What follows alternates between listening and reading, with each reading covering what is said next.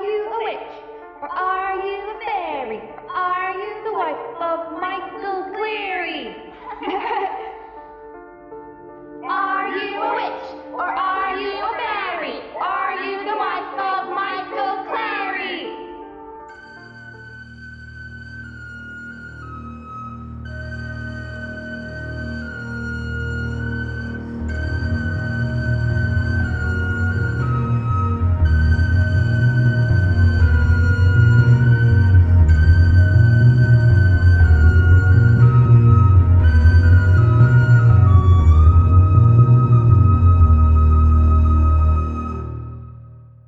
Hello. Hello there. Welcome to A Pair of Banshees. You're back. It's good to have you with us again. Thank you for being here. And to those who listened to episode 1, thank you so much. Thank you for all your support so far. And welcome to episode 2, which is called The Taken, where we're going to be talking about changelings. Nice. Yeah. And thank you to everybody, as I said, for supporting us so far, starting on this big spooky adventure.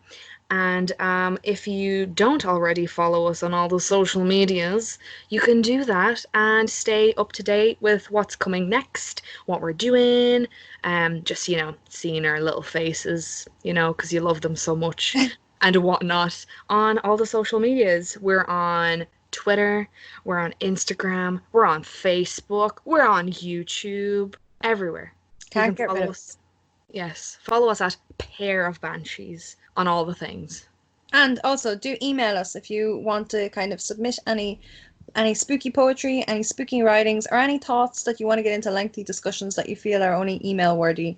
You can find us at pairofbanshees@gmail.com. Absolutely. So yeah, thank you for your support so far, and come say boo if you haven't already.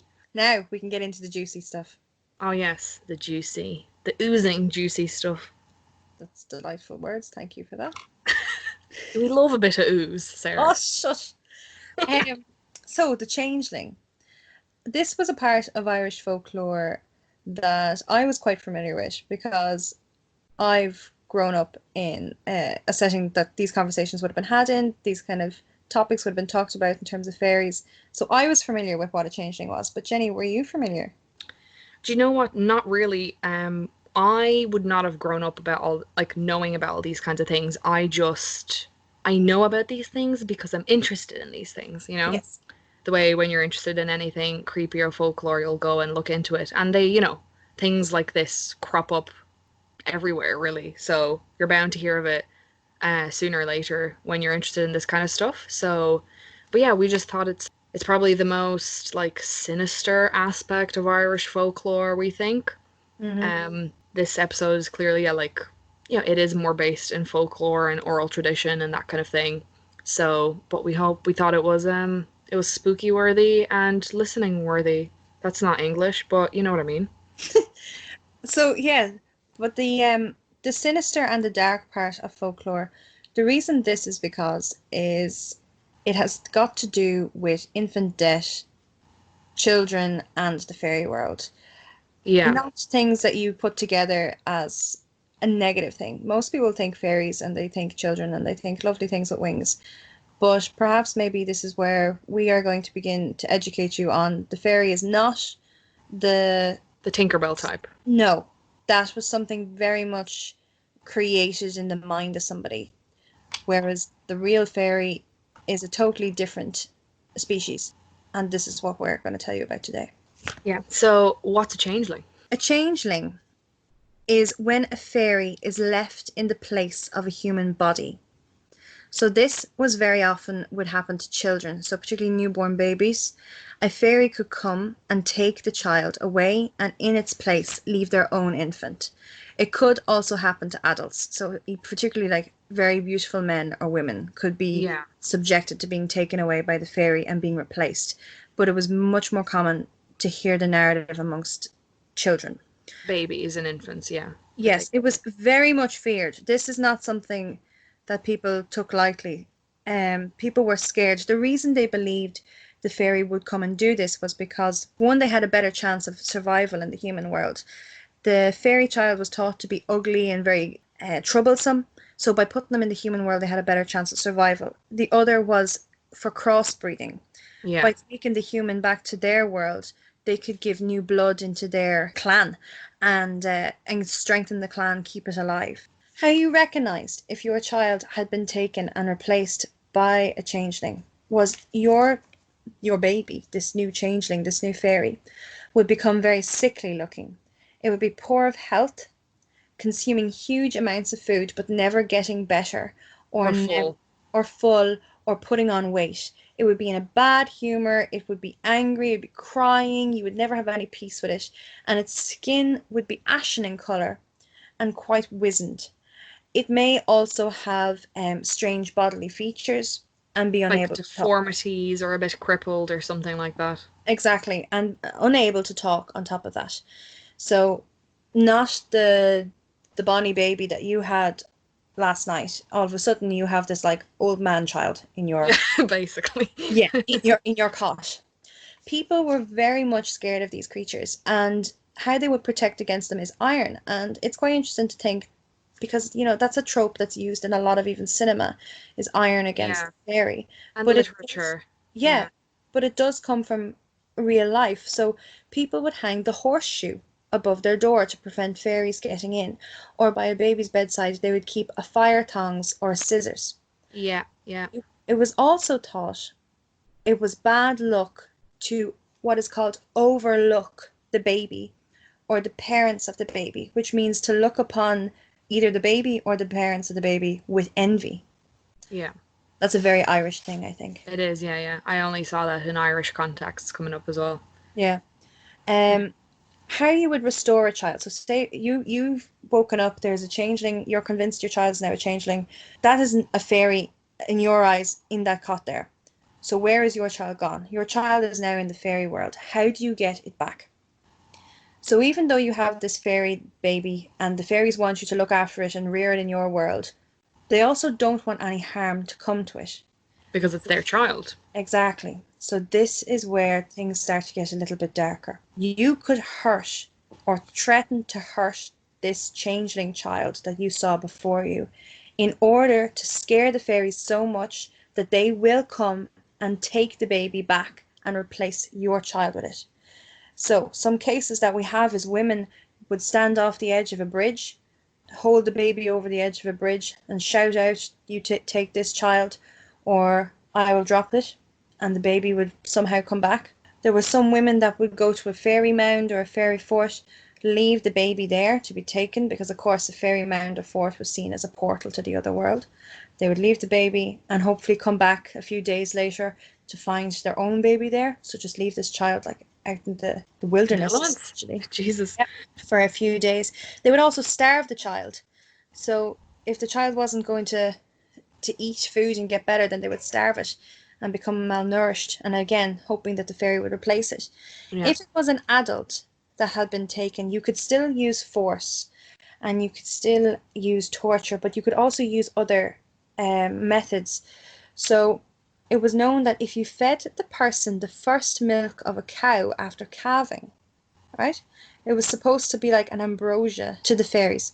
There was a lot of kind of concoctions that you could make to trick the fairy into coming out of it and revealing itself, particularly as an adult. I read stories of like people making concoctions that were supposed to be like weird, like something that was like not done every day, and the baby was supposed to be able to talk. A lot of that comes up in the kind of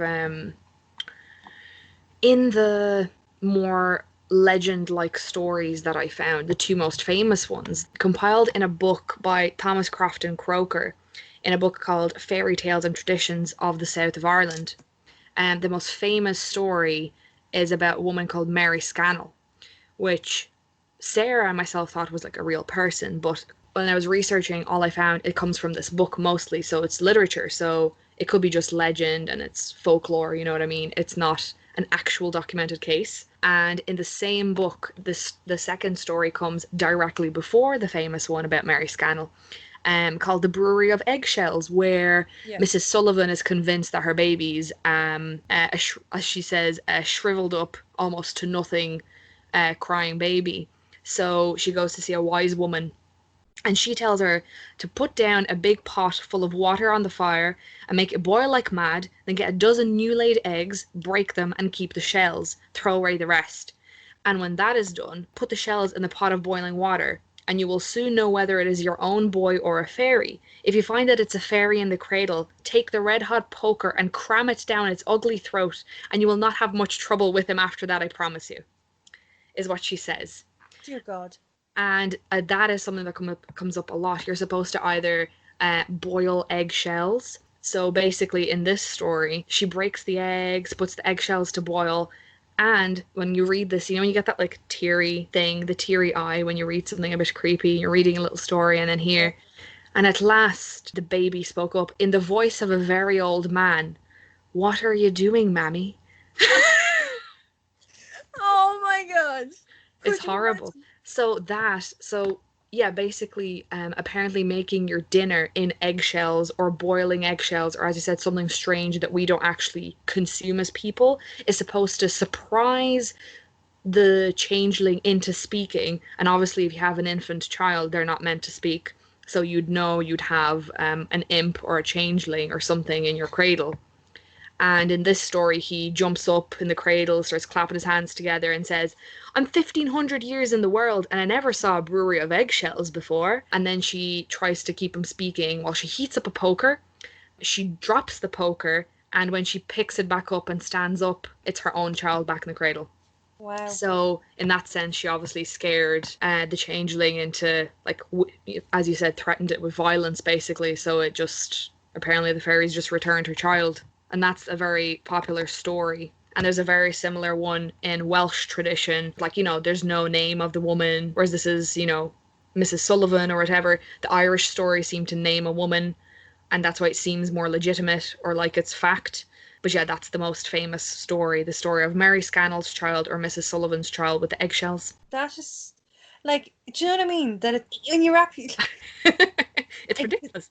The fairy spoke, which revealed its identity. I think that's quite interesting. You prompted it to speak. However, when it did speak, it was like, Jesus, what you doing there now, hey? You know what I mean? It's like, this is something profound. That's what it would be, though. He says, "What are you cooking, Mammy?" But it say it as an old country man, will you? Oh, Jesus, no. Basically that. Can you imagine your tiny infant in the cot coming out with that, like you see him leaning over the cot? What's that, my Mammy? Mammy, what is it? So, Mammy, what you doing there now? I never saw you doing that before. Stop. Basically. And it's your, like, 2-week-old infant. What's a man? This is such a serious issue. We shouldn't be laughing. Oh my God. Yeah, but it is ridiculous to think. I mean, and we will get into very sinister, darker areas, of course. But I mean, you have to laugh. Jenny, you did a lot of research and you found out that the changeling is not necessarily a strictly Irish creature. That versions of it have appeared in other cultures. Will you tell me about that?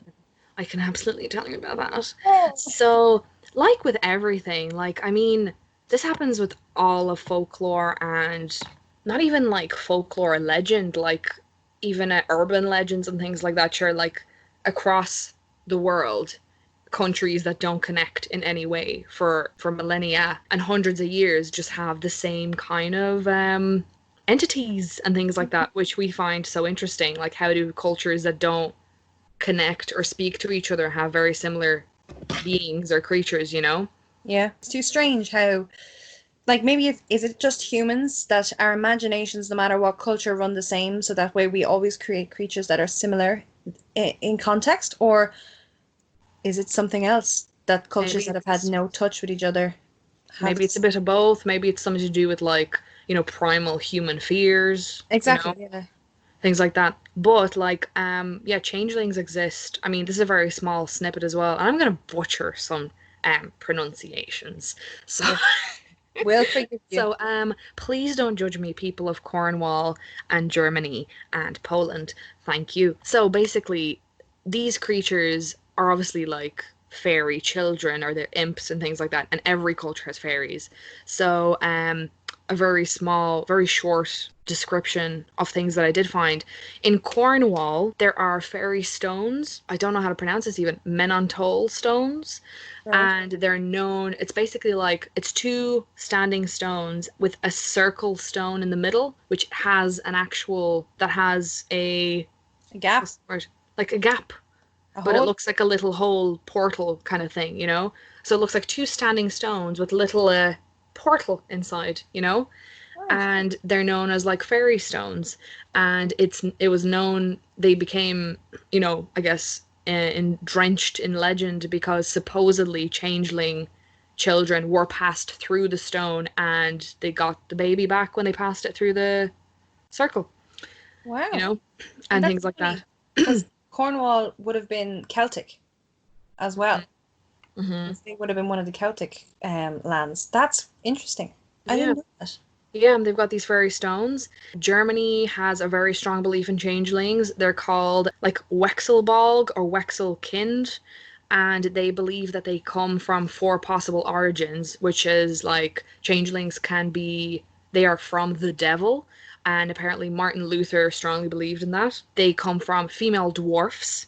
So, like, they're the spawn of Yeah. female dwarfs. They're the spawn of water spirits, or this is something I don't know if I can pronounce, a Rogin Muma or Rogin Mutter, a rye aunt or rye mother. So a demonic woman, she lives in like cornfields and steals human children. Wow. So they're believed to be the spawns of one of these entities. You get rid of them by confusing the changeling, by cooking or brewing eggshells. Again, that's common in Germany, apparently. Oh, okay. Yeah, because it will kind of force them to speak, claiming its real age if you surprise them. Or you heat them in the oven. The baby, You put the baby in the oven. right? And yeah, and a woman apparently got arrested for actually cooking her child in the oven because of that, because she thought it was a changeling. I couldn't find the actual case of that, but where I was reading this, it was like, oh, one woman did actually kill her child like this. And or again, you kind of inflict physical violence on it, you hit it or whip it, and kind of claim for your child to be returned because yeah, the belief is that the fairies will see you, you know, abusing their child and want to take it back so that it prevent it from being abused, which just makes me sad because it's like you would know then that these babies and children would have violence inflicted on them, and Yeah. like you couldn't really do much anything about that, you know. No, but it's funny how it's the same thing in order to like purge the body of, Basically, yeah. of this other entity was pain. Yeah, pain. But like, yeah, Scotland and England obviously have like a lot of fairy lore as well. Fairies and things have existed in like fairy hills there.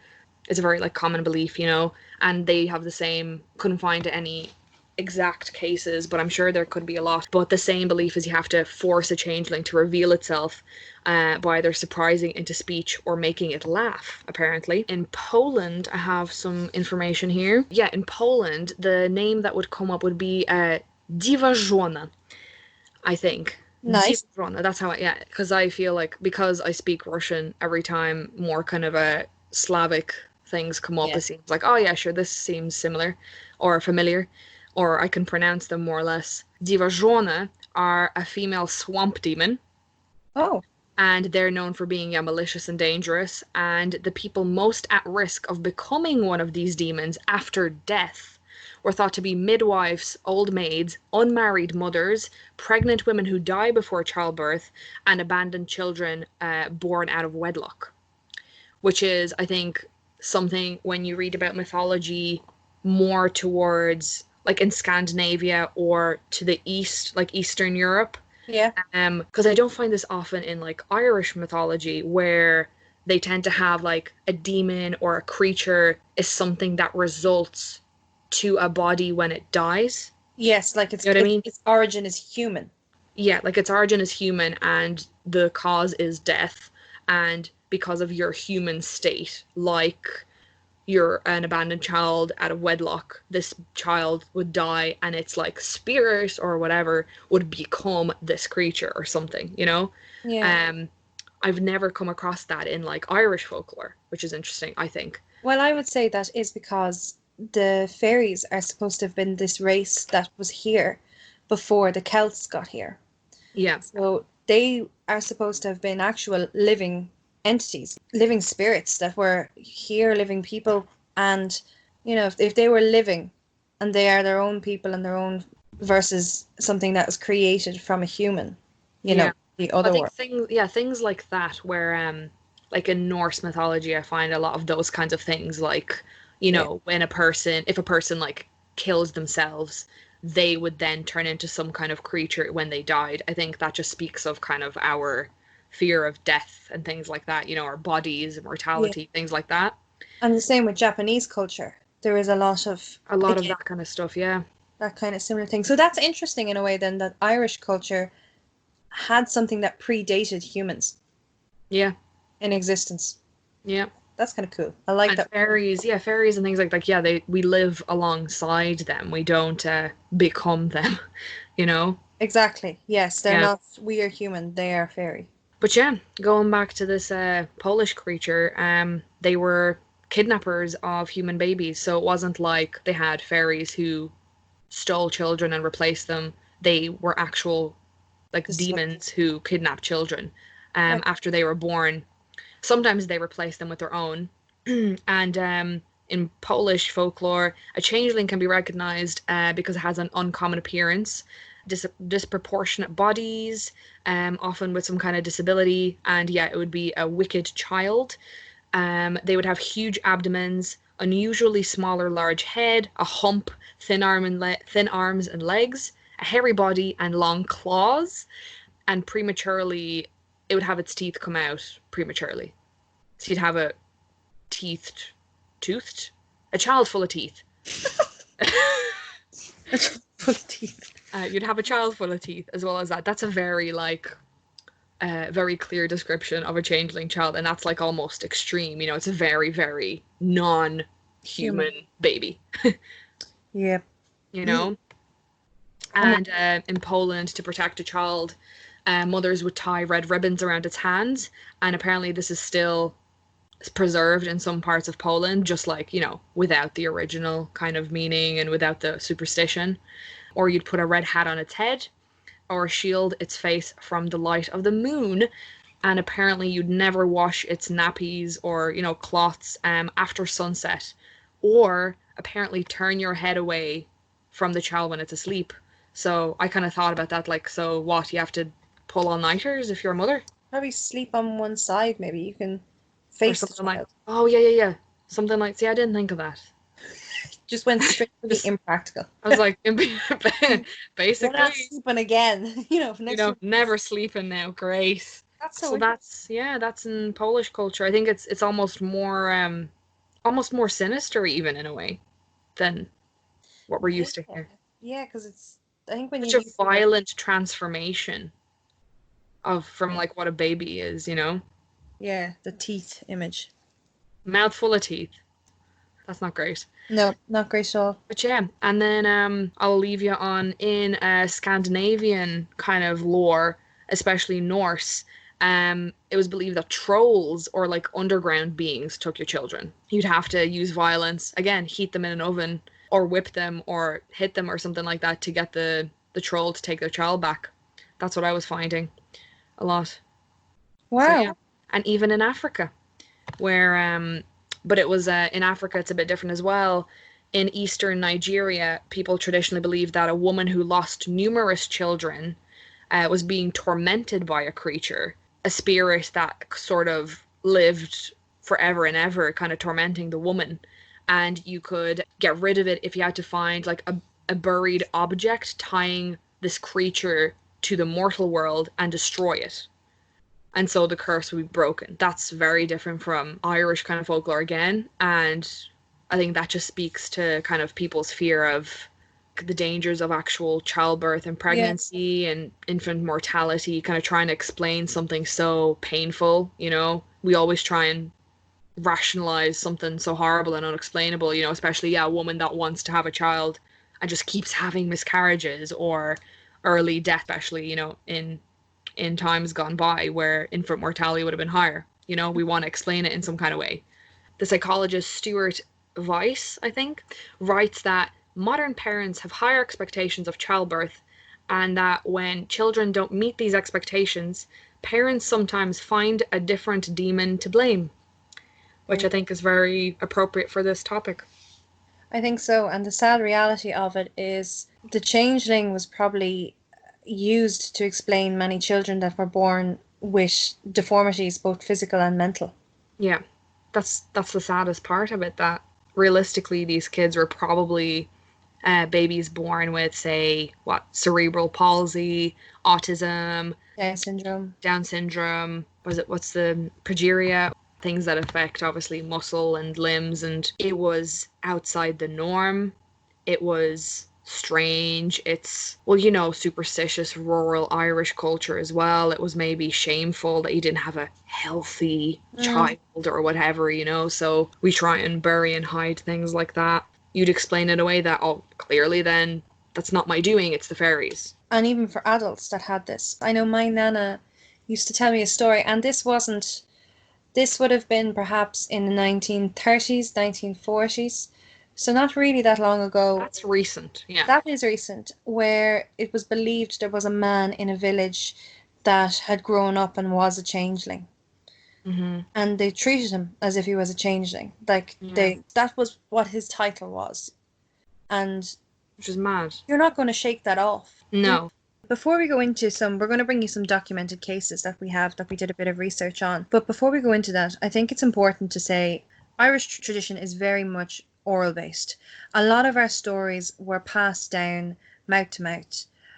We have storytellers in our heritage called Shanachie, and the Shanachie would be like the master storyteller. They would gather people around together and share stories of, past gone by. People would tell their story. They were like the encyclopedia of the folklore of a community or of the country or whatever.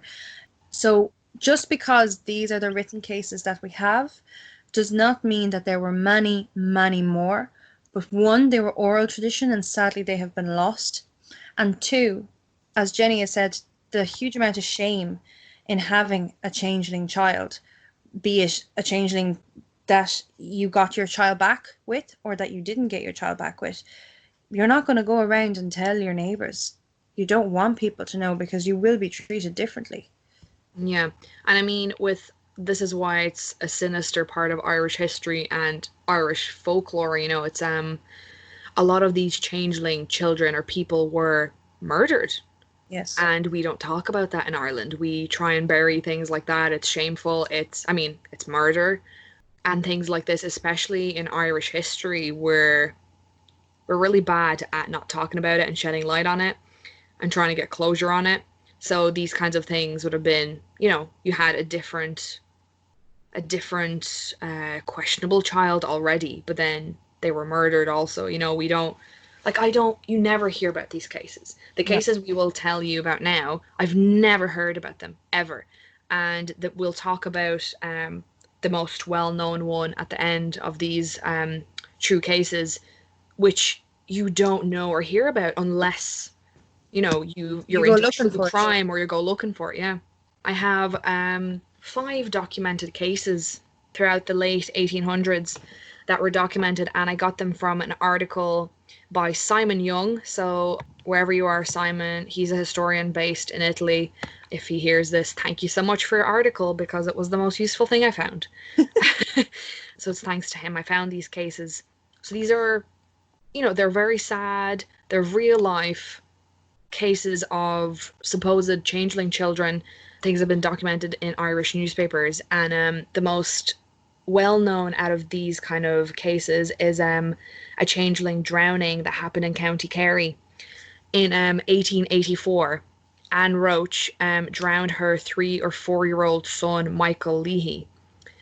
He was 4, some cases say 3, some cases say 4. He was 3 or 4 years old, and he couldn't stand or walk or speak. And so it was thought that he was fairy struck. So they tried to kind of bathe him every morning in the river nearby where the boundaries of 3 farms met, supposedly. Mm-hmm. So they bathed him. It was the 3rd morning coming, and on that 3rd morning of washing him every morning, Anne kept him under the water just a bit longer than usual to, as she said, to put the fairy out of it, and she drowned him.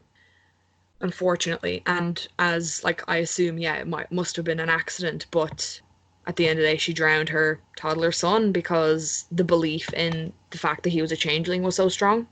But this is what we talked about before coming on air, was that these people were almost doing it with a sense of love and fear. And as terrible as it was that there was fatalities from this, they believed with their whole heart and mind that their child was in another realm. That they were And saving it by doing yes, this. and that they would get their child back. This was their way of rescuing it. Yeah, So it's a very sad thing that happened. But I mean, if your belief is so strong that you think your child is elsewhere, absolutely. you're going to go to desperate measures. Absolutely. And people always do this kind of thing, don't they? In Yeah. desperate times, they call for desperate measures, as they say. I mean, obviously the poor boy, I mean, I it's know. really upsetting what happened to him, but And the sad thing is, there's more. I've got more. So in Donegal in 1890, Daniel was 45 and he killed his son Patrick, who had been gravely ill for a few days and even unconscious for some of those days.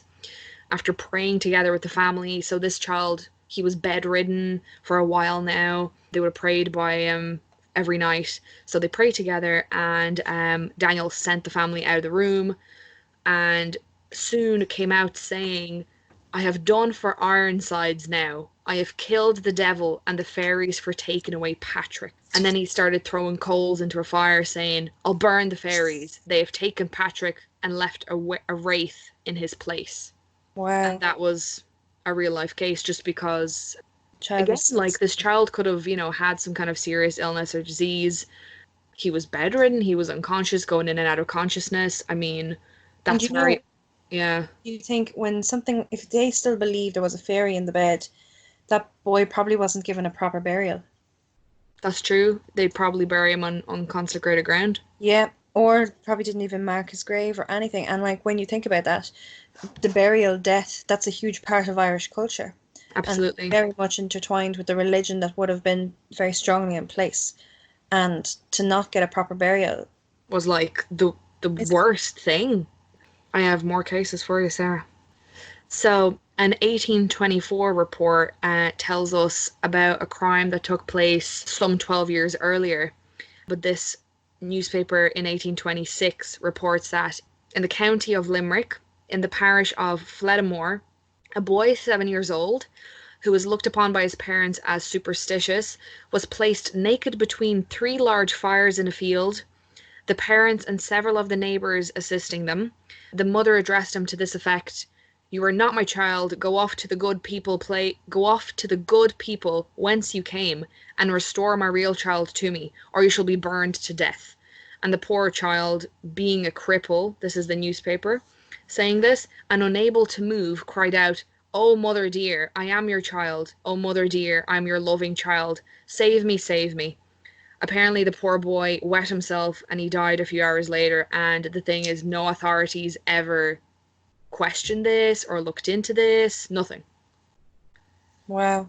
Yeah, which, in that case, you see this, like the poor child was obviously disabled. And you put a 7-year-old child naked in a fire. I mean, that child would be traumatized and terrified. Of course, yeah. So, It's poor really thing might have died of shock or burns or both.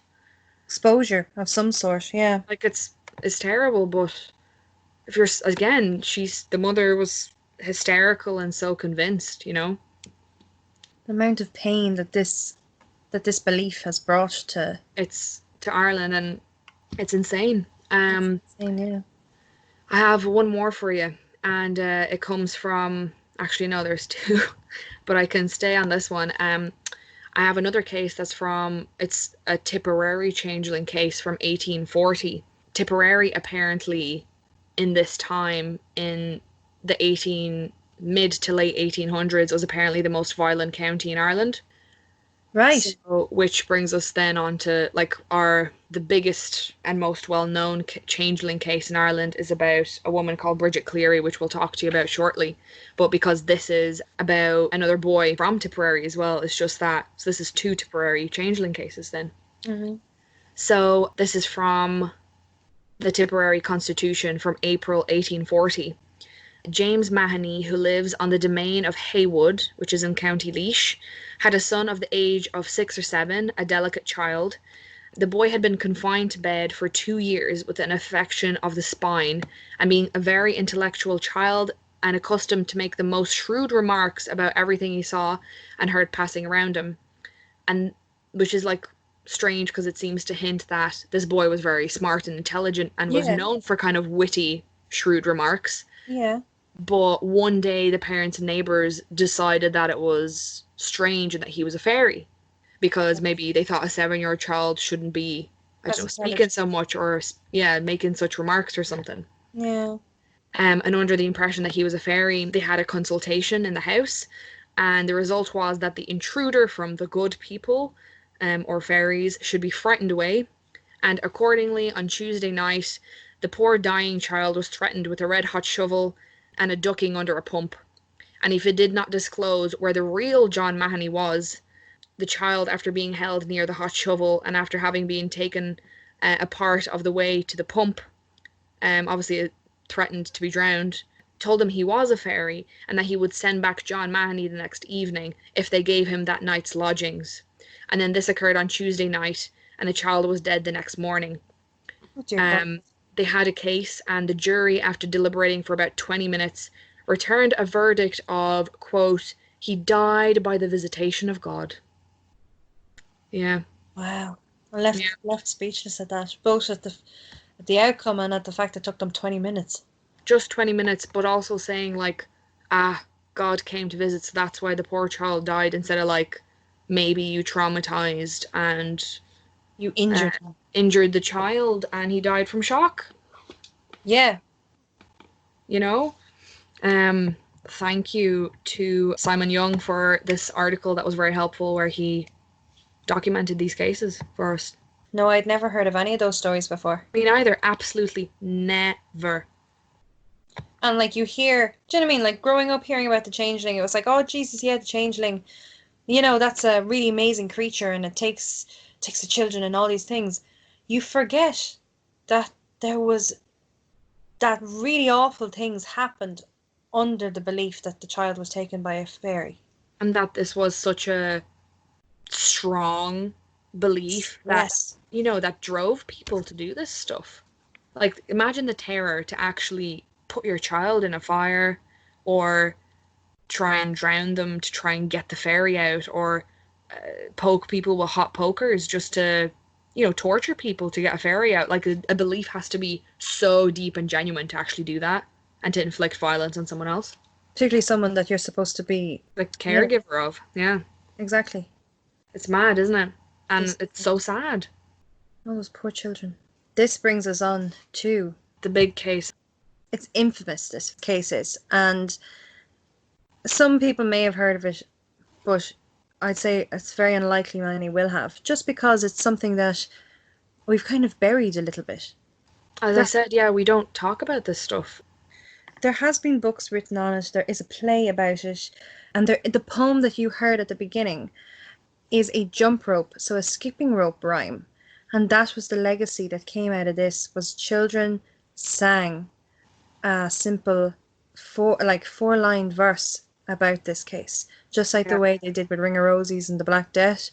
This is the same thing. I mean, it's really eerie. I think that, again, it's the changeling, and the changeling is a child, and it's the child that was singing it. You know, there's all these kind of weird parallels.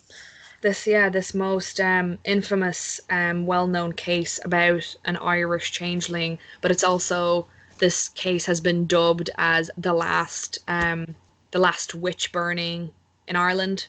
Yes. Even though it's not really that, but there's, you know, they say that the media was very smart in that marketing tactic of latching onto this very tragic case and latching onto kind of the witch hysteria and witch trial idea, which is so well known, to be able to say, oh yeah, we had witch burnings in Ireland, you know.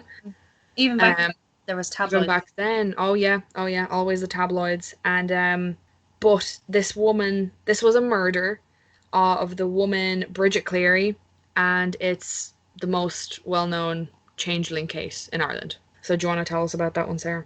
I will. To give you a little bit of context, this happened in 1895. So, historical context.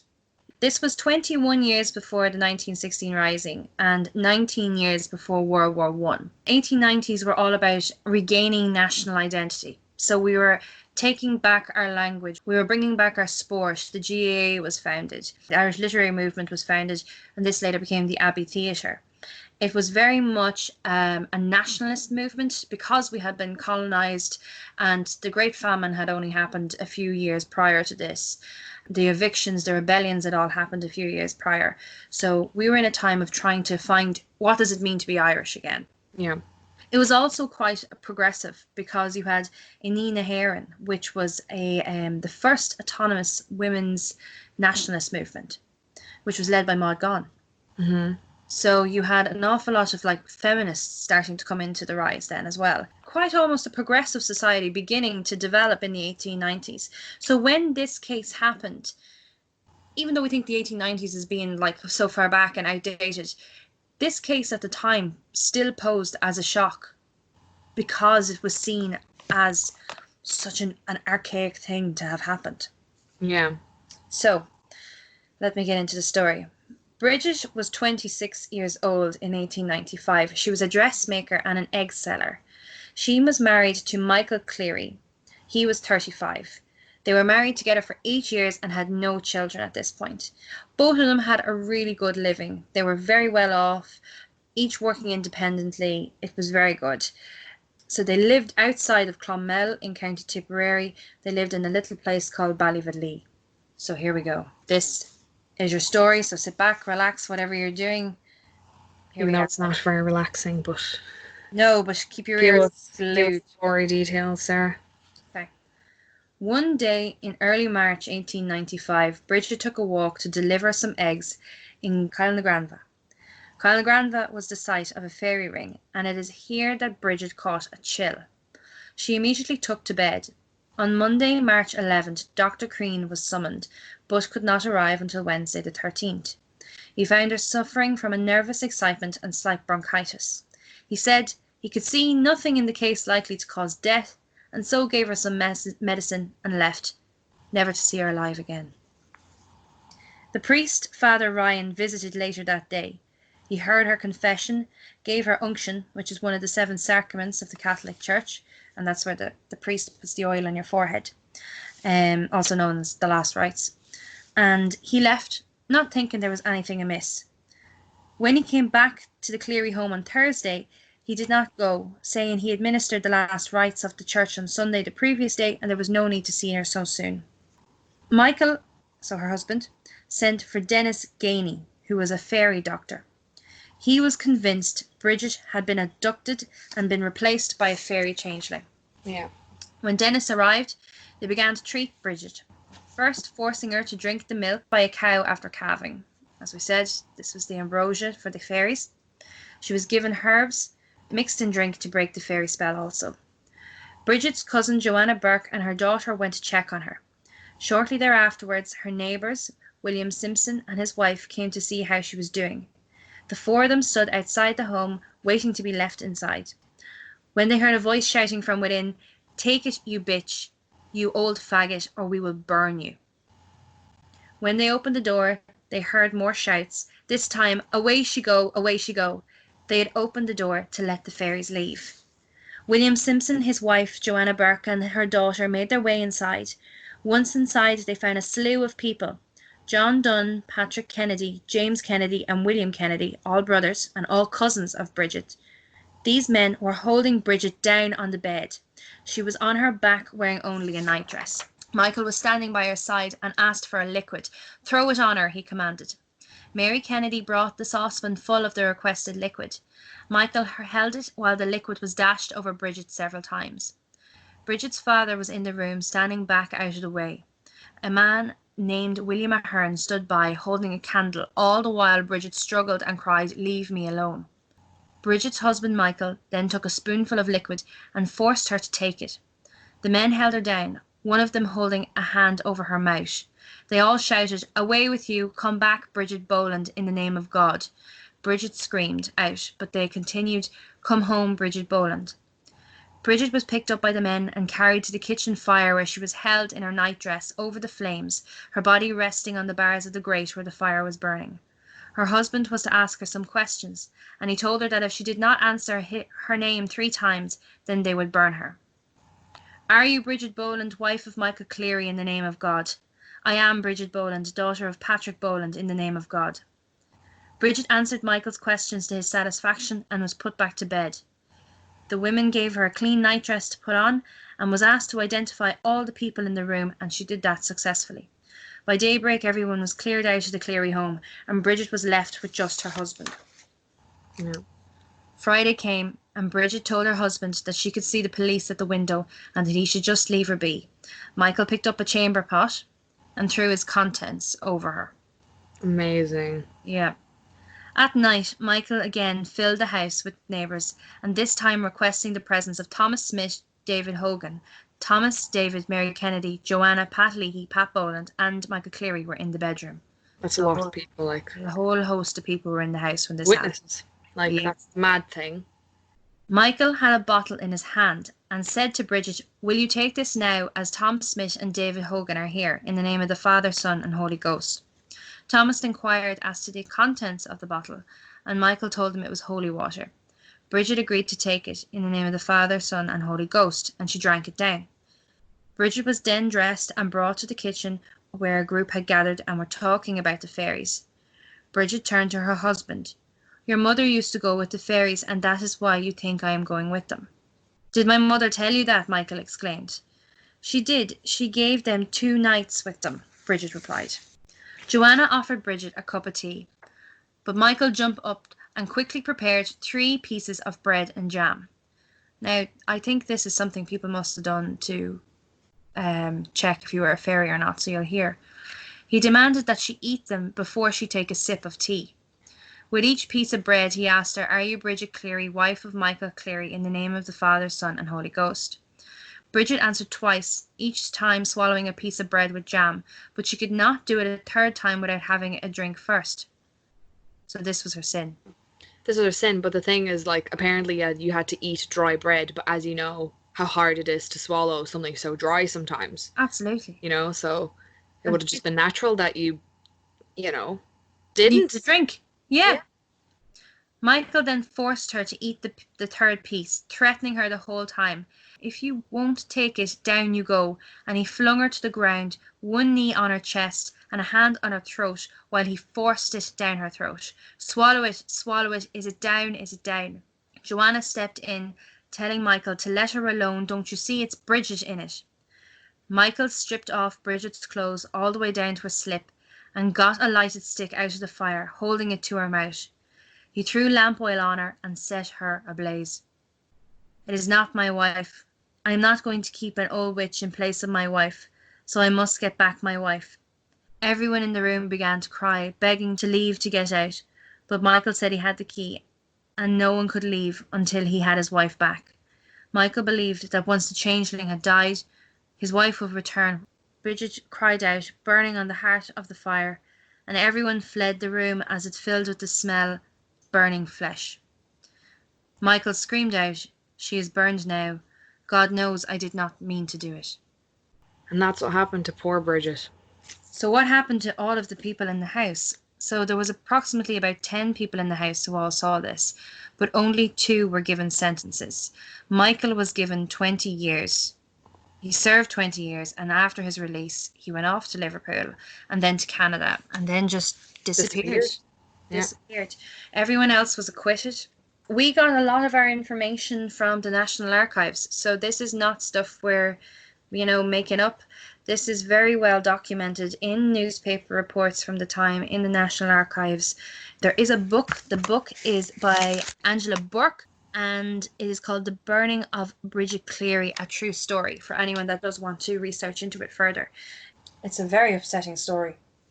Absolutely. Like, it's vicious, it's brutal. You can talk about this for ages. We can, a lot of accounts said, she was young. She was apparently very beautiful. She was 100% financially independent at this time in 1895. She had no children. No children. no, yeah, responsibilities like that, except maybe, being expected to look after the house and her husband or something, Yeah. But so you can talk about how maybe this was just unacceptable to Michael, that she wasn't that kind of basically typical housewife. Like, yes, was it a jealousy? Out of jealousy, out of, I don't know. It's all like the independent woman scares men so much throughout history. And Mm. she's there, likable, charismatic, popular, beautiful, financially secure without him. You know? Yep. It must have, maybe it was terrifying. Maybe because she was liked, he worried that she'd go off with someone else because she was younger or something like that. And at the end of the day, sure, he murdered her. Like, you can't explain away murdering your wife, whether it was because he genuinely believed she was a changeling or not. We've talked about how in a modern context, we always look to put meaning onto why somebody did a murder, like Yeah. a social reason. Like we look towards the taboo, we look towards the greater thing. But sometimes As it, in, as in, like what? For example, like, as in someone would like, always try and be like, oh, sure, but Bridget was a very flirtatious, promiscuous woman. Like, she was obviously cheating on someone and he was jealous, you yeah, know? when there is no proof of that, that was never said. No. All that has been said is this man believed that his wife was a fairy. Yeah. And we talked about how sometimes the thing we fear the most is what we want to destroy. Yeah. Which is very poignant and very true and very, according to our history, human. Isn't it? Like, Instead of wanting to learn about what we're afraid of, we're just, we we destroy it. fear it and we want to destroy and get rid of it and not have to think about it. Mm-hmm. Which is, yeah, like fear, ignorance turns into hatred and violence, with everything, with this kind of thing, with, homophobia, racism. Yep, That's that, you know? absolutely. Wholeheartedly. Now, we know we have given you a very depressing episode of The Changeling. The idea of being taken into another world. The Changeling is something perhaps that we could put down to a social construct of a fairy, as you've mentioned, Jenny, the based on primal fears around motherhood and pregnancy and birth and everything like that. And of, yeah, I guess of having an unhealthy child or something that you can't explain away. Obviously, like the further back we go in history, we didn't understand certain medical issues and things like that. I was going to bring it on to the more positive Yeah. end of the fairies. So it is of the belief with myself and Jenny that, and I know there's going to be people out there that's going to think we're absolute nutters Loonies. because this is the stigma of when you are like this. However, it is of the belief that we believe that our world and this fairy world coexist together, that our realms are very much overlapped, intertwined, and affect each other. I And think so. And even not just the fairy realm, just, yeah, the kind of the paranormal. the It's there. paranormal, It's indeed. it's veiled from us, Yeah, but it's there. Like Sarah likes to say, yeah, we coexist, which I think is very well. Those who feel this or are in tune to this or believe in this, we would all say, I think we coexist. and if you don't believe in this kind of stuff, that's fine. We respect that. Each to their own. We just think it's fascinating. We think it's fascinating. But we want to introduce you to a man that we have interviewed and that we are going to share with you. His name is Pat Noon. Pat owns a farm and B&B out in Galway, Called the Green Hills Farm Stay. which you should visit because on his land he has a fairy fort, several fairy trees, has the burial place of a chieftain on his land. Yeah. He is someone who claims to have seen the fairies, To to coexist with them, as you coexist say. with them very much on a personal level, as you will hear in this interview. And it was incredibly refreshing to speak to somebody who was as sure of their existence, like no doubt, as I am as sure of your existence, Jenny. Yeah, absolutely. And he just has such a positive relationship with them, and there is no fear, which I think is really important. That after talking about the changelings, there is no fear this man has of the fairies that are on the land around him. He And has full respect, but he doesn't fear them, which is yeah, lovely. As he said in a lovely interview on YouTube, he claims that he'd never ever ask the fairies for a favor, yeah, just because he respects them and he's too scared to know what they would ask of him in return. But apart from that, he just has this very positive, healing relationship with them. He just respects them, lets them be, but fully, like, yeah, doesn't deny their existence and just coexists. exactly.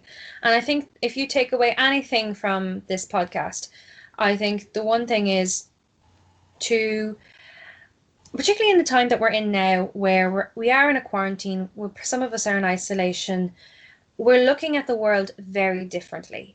And As we should.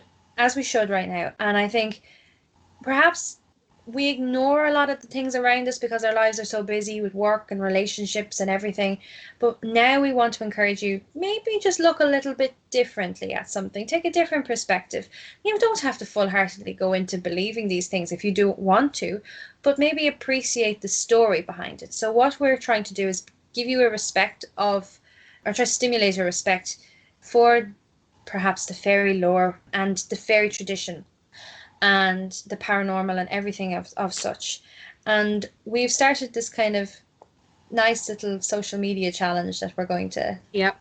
give you to do Yeah. on your 2K walks when you're out every Oh day. yeah, all those 2K. If you're nominated by someone, we nominate you to go on a walk in your local area, socially distanced walk, Yeah. and we want to encourage you to maybe have a look and see if there's any like fairy trees near you. Fairy trees are usually standalone trees in fields, up on hills, or very kind of interesting, twisted, crooked trees, perhaps, or hawthorn trees are known as fairy or witch trees as well. So we want to encourage you to go out and see maybe you have something somewhere in your area. And if you could share it with us, that would be absolutely amazing. And we want to start a hashtag fairy tree challenge for anybody who wants to share anything that they find. Yep. We'll put it up on all our social media. So yeah, you're looking for a standalone tree, a hawthorn tree, a gnarly looking tree. If you find a tree that has ribbons and such attached to it, by God, you're looking at a fairy tree. People are Absolutely. making wishes. And think about this. There is a reason that tree has been left alone in that field. Like, it is of an inconvenience for a farmer to have a tree in a field. It's taking up Absolutely. land. It's in the way of machinery or tractors that is moving through it. They have kept it there for fear of bad luck happening to them if they cut it down. And Absolutely. I know too many stories of people that have taken trees, forts out of their land, and And death something horrible happening to them and their has families or happened to something. their Yeah. families. Yes. And And this belief is still so so rich and ripe in Irish culture. You will hugely. ask any farmer or any country folk really, and they will tell you to stay away and not ever touch or break that fairy tree or cut it down. It's very, very real, this belief, which I find so fascinating. Even if nobody cares about changelings and fairy lore really, this belief though of not touching their trees and their forts is so strong. Oh, completely strong. Yeah, yeah. To the point of like, you wouldn't want to associate yourself with a person if you knew they were cutting down a fairy tree for Oh yeah, fear of what the bad luck all would around. happen to Yeah. you. Yeah. So yeah, we will leave you with this. We'll leave you with this interview, and we hope you enjoy it. Thank you so much for tuning in and listening. Your support means everything to us. Thank you so much to everybody who's reached out already and said lovely positive things. Thank you to all our friends that are listening and to everybody who's supporting us. And thank you so much to the lovely Pat Noon for doing this interview with us. He is a lovely, lovely man. Please check him out on Facebook and check out his B&B Green Hill Farms stay. And he's very passionate about spreading this awareness about fairies and fairy lore. So thank you so much for being here. Thank you for listening. This has been a pair of Banshees, and this was episode 2, The Taken. Enjoy the interview with Pat. Hello? Hello, Pat. How are you? Oh, how's it going on? I'm good. I'm good. Did Jeez, no, I tell you what, I was cutting timber and I knew that if I had a break in the saw, that I'd hear you, do you know what I mean? I know, exactly, of course. And there's no social distancing here only between myself and the fairies, and we don't associate with the normal people. Of course, of course. Well, Pat, thanks so much for taking the call and for giving me your time of day to have a chat. I really appreciate Not it. at all. I tell you what, I appreciated the people that's ringing me, because I just say this, and people mightn't like it. The fairies was the original green people of Ireland and Green Park. Of course, yes. Yeah, we kept the land and the landscape the way it was until we joined the EEC in 74 or 75 or whenever we joined it. Yes. And then we done destruction because we educated our farmers on books and stuff that had nothing to do with it.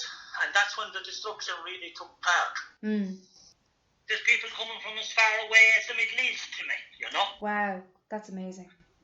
Yeah, I had a visit from a princess in the Middle East, an Iranian princess. I have the amount of people that is interested in the fairies and the Irish culture, the real Irish culture, it surprised me greatly. That's brilliant to hear that people are willing to learn. I had a representative of the Queen of England here with me. Representative of Prince Charles, his right-hand woman, so I had. And when you meet people like that, do they approach you with an air of skepticism, or what kind of experience do they come for? The ordinary person will always have a little bit of skepticism, so he will. Yes. Or her. But the amount of learned people that comes to me here has no skepticism at all. They have gone beyond parish pump politics, as the fella says. They have gone beyond the little narrow religious things that they were taught going to their schools. They have gone all over the world. A lot of people that have, they're an educated people that's really coming to me. I'm sure you get lots of academics. A huge amount of academic people of all sorts, colours, breeds and nationalities comes to me, because they have researched old Irish culture, which indeed we didn't get the opportunity to do when we were going to schools. Yes. We weren't, it was so far away from us that it was miles away. But these people has access to libraries and had years of education behind them, you know. I said to a good friend of mine one time, he's dead now, when he was a learned friend too, I said, I'm very surprised, I says, with all the learned people that's coming to know about fairies. He says, never be surprised what a learned person wants to do. They want to further themselves with education, and a fool will be a fool because he wants to stay a fool. That's an excellent Now, that's phrase. a hard way of putting it, but it's probably plain English, you know? No, you're right. And what do they come to see when they visit you? What do you bring them to and show them? Well, what I have on my farm is I have, the first thing I have, I suppose, is an outcrop of standing stones and a fertility stone. Right. That's the first thing I have. Then I have a cairn that's 3,000 or 4,000 years old, which I'm lucky enough to say is the only one in Galway. But now I'd be very careful saying that, because another farmer could come forward in a month's time and say he has two of them, and his wife has a clothesline hanging between the two. But no one has come forward yet to contradict me. So if they do, I'd be very happy to see it and join in with them, you know. So I have a cairn which is really a burial place of an Irish chieftain. Okay. And it's the same as Newgrange in its original form. It's a big grass mound, and there's a big mound on the top of it. It's like Queen Maeve's in the Sligo Mayo border, only it's smaller than that. And is it up on a hill? Yes, it's a huge big hill. There is no opening in it. Right. And then I have a portal to the fairy world. How did you stumble across this portal? We always knew, you see, we're an authority on fairies, my people. You know, Yes. we thought we were the only ones out there that knew anything about them, but now I see that there's more people than you think knows about it, you know. When you go into this, I wouldn't put anything in your head or anything like that, but everyone that comes, I bring them into it, and 90% of the people get some little form of something happens to them, or see something, or imagine something, or do something, you know. And when you say your people, what do you mean by your people? My family. So it's going way back into your family. It goes way back into our family. We're kind of No one passes much remarks on people in rural Ireland what to do with the fairies, but they have respect in a deep thing, because the fairies, you see, has great powers. They have great healing powers. Powers of bringing luck and taking luck.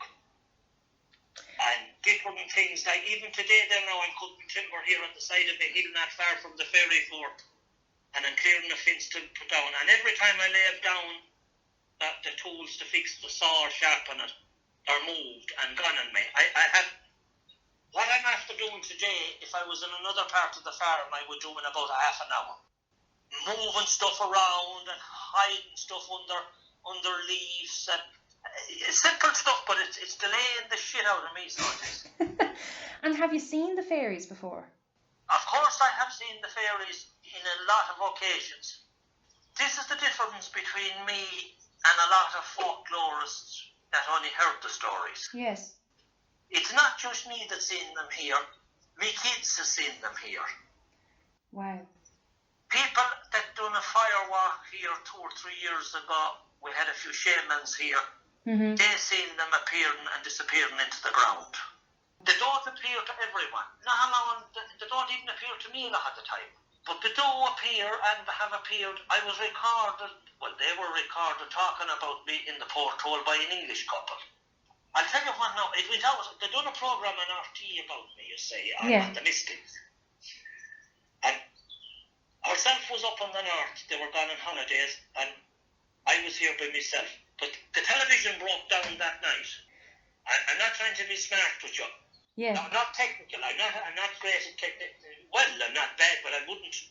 But around 7:30, I pulled in and I said, I'll have a look at this. And I left the phone off in case anyone had. Look, and I was tuned up on my tea and all. And 9 o'clock, it started flickering. And when the program came on at 10 o'clock, it cut completely out. Wow. And it never went since. Now, the telly has never went since. That's very strange. Very strange, but that's the sort of things that happen. It's like the chains on here now. I have wrenches left down here and they're moving around.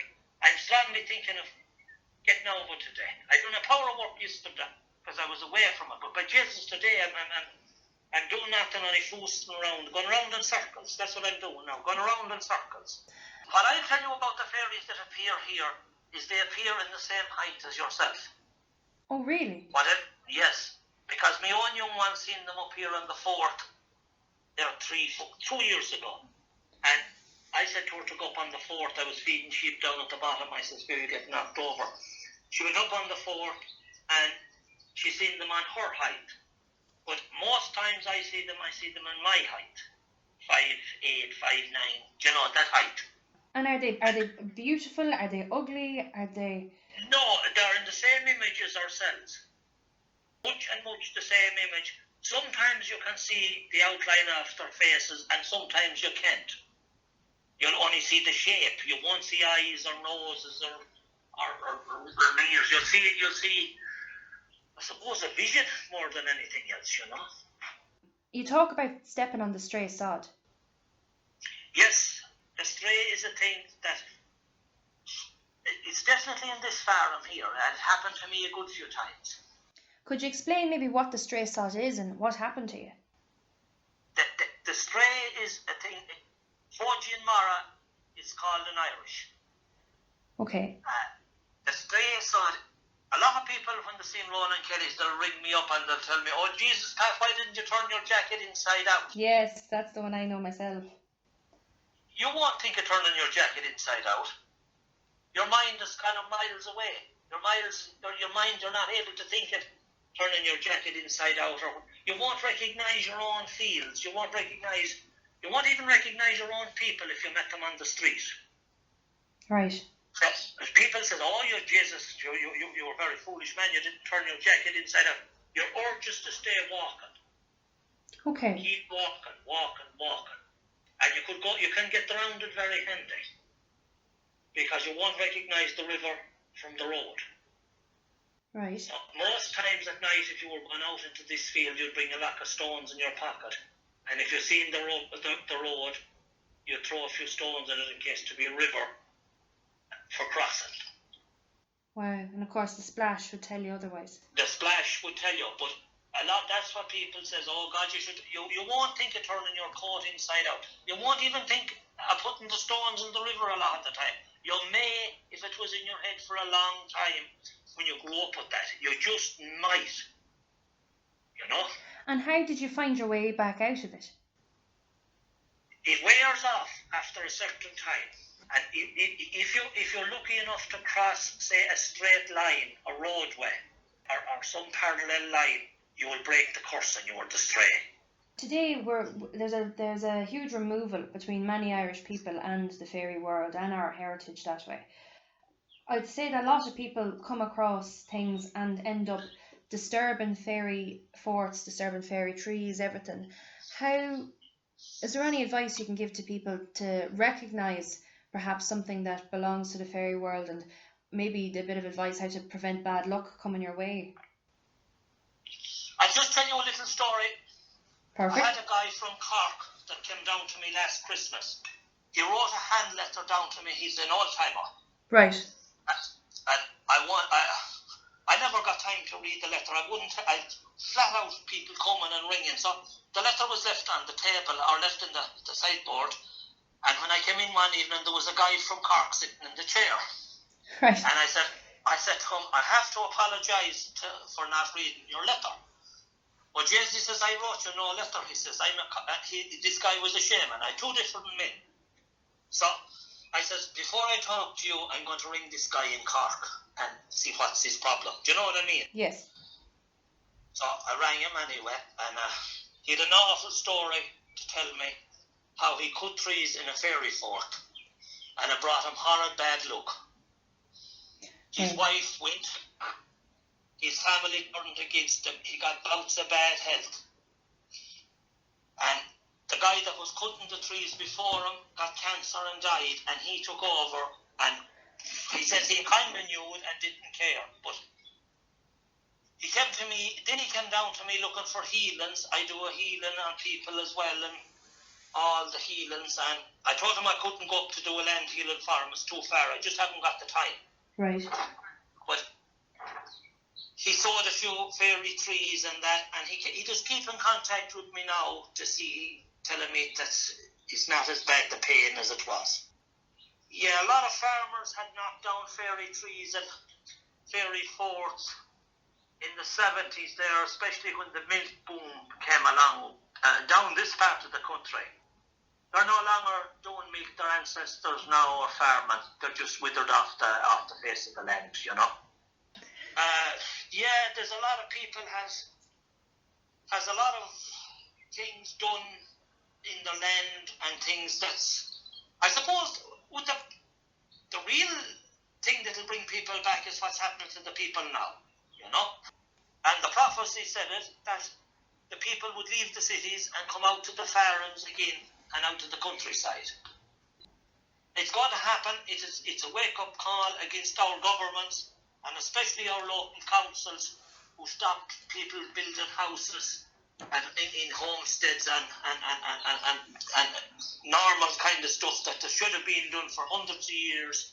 It was ourselves that done it to ourselves, you know. And do you ever feel threatened by those you have on your land, by the fairies? Do you ever feel? No, oh God, no. I never feel threatened. I'm at home with them. When I'm up here, some people goes to the south of Spain and more people goes to Florida for holidays. I come up here and I sit down, and this is where I get the greatest relaxation. And that's where I get the great sense of peace, the great peace of mind. And you have a B&B, Pat, is that right?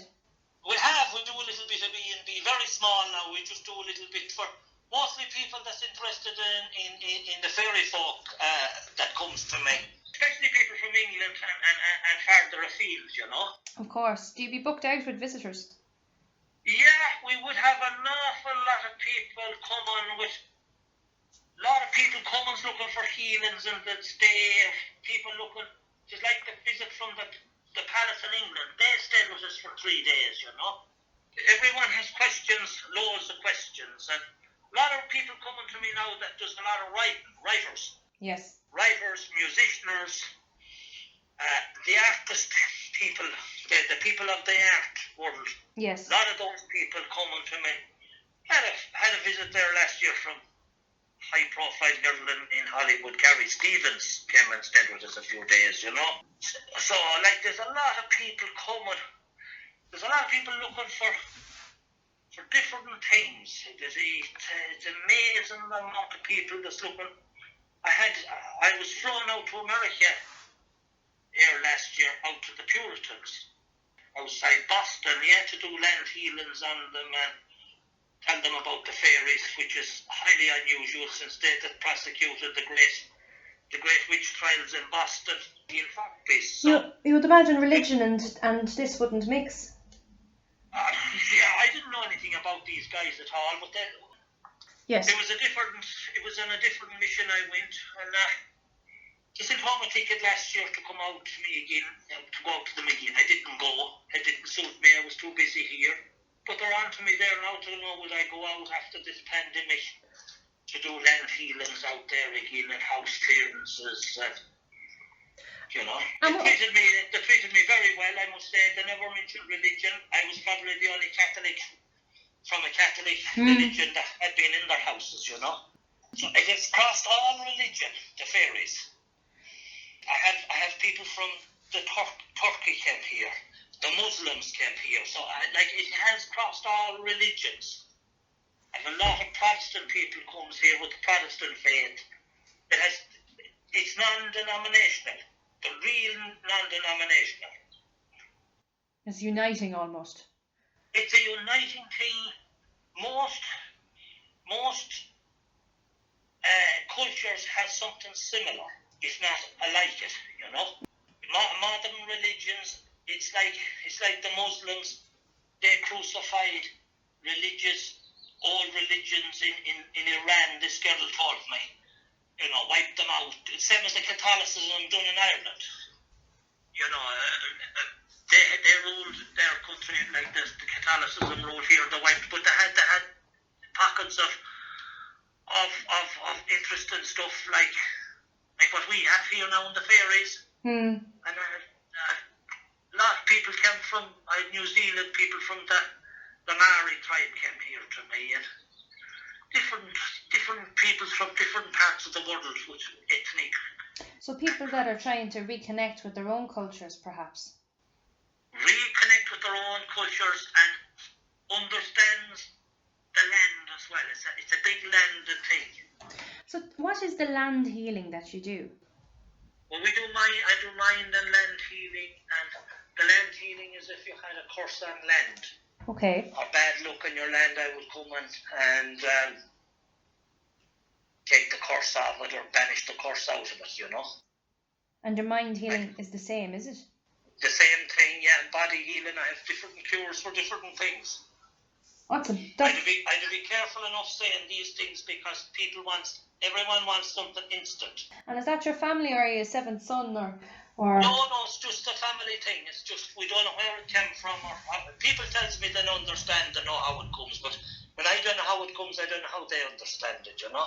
And how did your family find out that you had this? Just like most things in Ireland, nobody passes any remarks on what you have yourself. It's like a musician. How did he find out he was a musician or only he was playing music? You know, like how there's no lad going to go around shouting around saying, "Jeez, I can play music. I'm a noble fiddle player. I'm going to play with plank stick." No, he just goes and he does this, and if he's good enough, he gets on at it. And the most good musicians will never go play music at 9. It's a bad musician that's the whole time at 9 you're playing music. So same thing with us. It was just here, and no one passed much remarks. They only come to you when they want something. Most people only come to you when they want land healings or very well healings of some description. They'll come to you, but when they get better, then they won't see you again. You know. And you passed on all of this knowledge to your children? I haven't yet. Right. Okay. Why the delay? Well, I have one girl that's a mighty diviner and very able to make energy balls. And she met the fairies in that. I think she's going to be the one that's going to take over from me. She's able to do the water divining. She's only 7. And she's able to make energy balls. I had a person here from the American Indian tribe out in Arizona stayed with me last year. She was half Indian, half white, as the fella says, and they were able to make energy balls and throw them across the kitchen at one another and different stuff like that. She has that gift, you know. And what exactly? I've never heard of this. What is an energy ball? You can make it. It starts off like I suppose, a tennis ball, and you can make it as big as a football, and you can throw it across to people. You can throw the good energy to people, you know. It's unusual. I didn't learn how to make it, but she learned it herself or got an inspiration from the fairies here. That's So amazing. she has different healings. She's different. I know she's different. She has different outlook on things altogether. She's more in tune with nature. So I think the sheet is going to take over. I will not push anyone to do anything they don't want to do. Let them come to it if they need to come to it, and if they don't, let it pass on, you know. And if one wanted to be more in tune with this world, how would they go about learning about it and starting up an awareness of the world, of the fairy world? It's nearly like the musicians, what I'm after telling you. I don't really understand, because it has been banished in Ireland. So what is, do you know what I mean? I suppose Eddie Linnan has wrote a lot of books on it, you know, intellectual on it, and that, and he's an authority on it, and he's met a lot of people, and that, but the likes of me has met the fairies. I'm different from Eddie. Eddie never met them. Me and my family has met them, and different people have stayed here has met them as well. And I don't know how I was asked on a lot of occasions, would I try and set up some kind of a teaching school. Now, look, never say never to anything, you know. That's what I say. Maybe I might after a few years. I don't know. I don't know. Schooling and me, I don't really see eye to eye on the schooling of today. Do you know what I mean? The book learning and that. Yes. I'd be more into the Steiner education, where people be brought out into the woods and out into our fields in Ireland, we can say, and show it how to sow stuff and show the nature and show the springtime. And just beside a white thorn tree here now, and it's known as the big fairy bush. And the leaves on that is full of goodness. And you can eat these leaves there on your sandwich, same as you'd eat lettuce, and it's good for your heart. A hawthorn bush? Yes, it's the only tree in Ireland that has two medicines, one in spring and one in autumn. I didn't know that about it now. Yes, it's a huge medicine tree. It's you can make sandwiches out of it here, make it in, and it clears out your heart and clears out your valves, your heart, and the haws and the autumn then is made into a syrup, and it does the same thing. It's thousands of years old, but it's like a lot of things. We have lost the act of doing it, you know. We do. We've lost a touch, particularly in urban environments. We've lost that. We have lost it in rural environments, which is more frightening, because most people is educated now in the farming education end of it, and have left the old ways behind them. Everything is done by mathematics, and how much you can take out of such an acre of land, and how much you can put into such a thing, and what you can really take, and bleed it dry. That's the society that we have come to. But now I see that they've got a big rude awakening with this pandemic, you know. The fairies was here before the two of the Dawn ever came to Ireland. The fairies was the original inhabitants of Ireland. I just disagree with a lot of intellectuals and this and educated people. But the two of the Dawn only came here. They only came here, so they did. The fairies was here before they came. The fairies set up. What they told me was the fairies set up an alliance with the humans. As humans, what did we do? We tricked the fairies instead of they tricking us. So the fairies took a lot of their medicines off us, as humans, and we're paying for it since.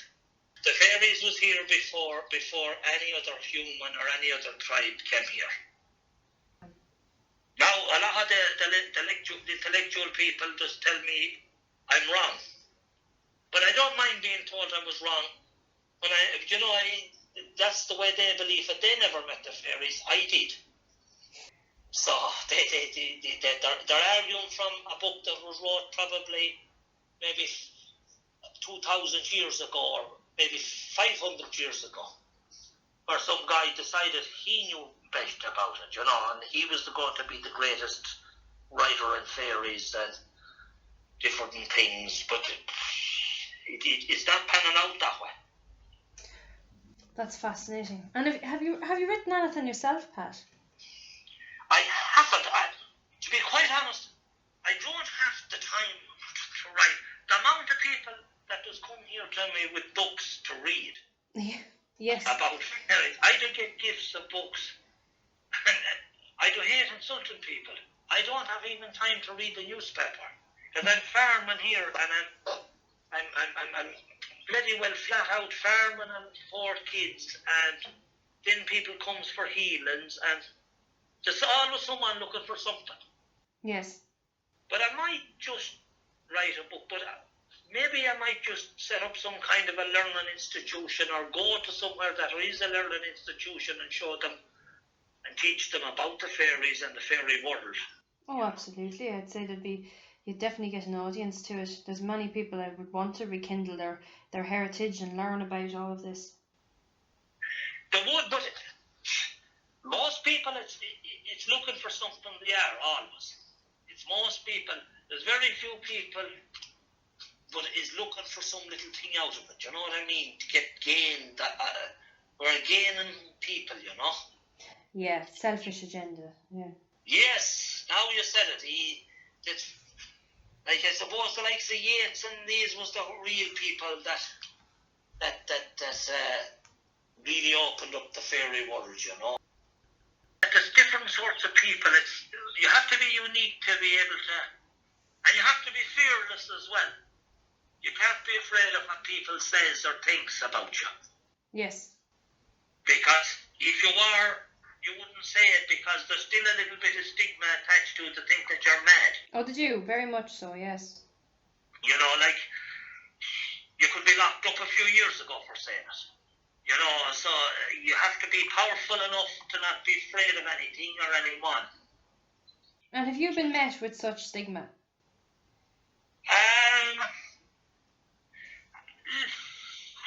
I have and I haven't. It's a funny question. It's a funny answer to give to a straight answer. I was always a man that I never cared for anyone or anything. I done my own thing all my life.